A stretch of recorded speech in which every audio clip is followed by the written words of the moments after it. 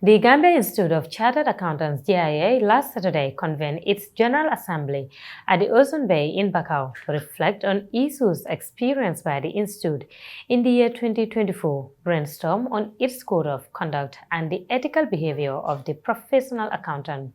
The General Assembly also created the avenue for constructive discussions on the challenges encountered in the public or private sector, accounting and auditing remedies, with a view to improving the situation among others.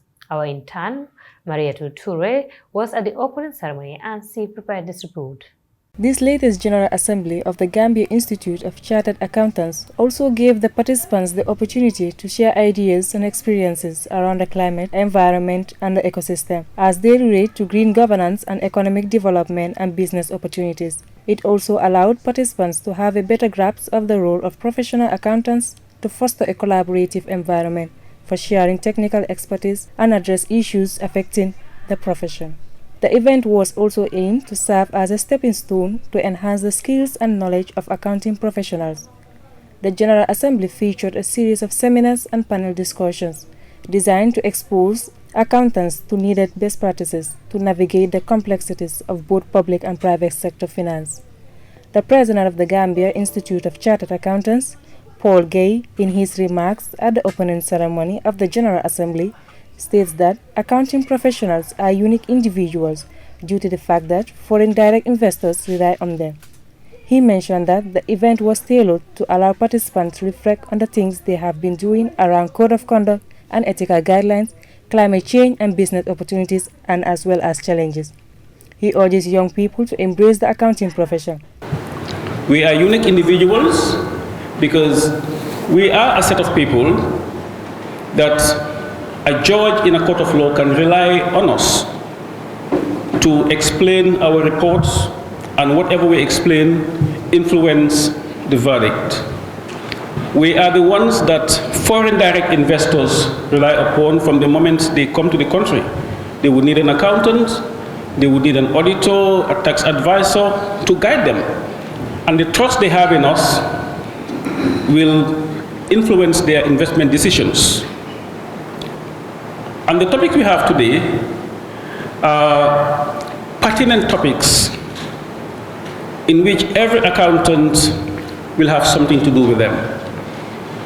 The first being the code of conduct and ethical guidelines. As accountants, we are aware of it that we are guided and bound by a set of rules which we must follow. From the way we carry ourselves, the way we conduct ourselves, the things we should say even and the things we shouldn't say, our associations. So if you're an accountant, we know you have to account for the correct figures, the actual figures. If you are to budget, base it on assumptions, you must have justifications for those assumptions, and to review the budget again in order to be able to revise the document.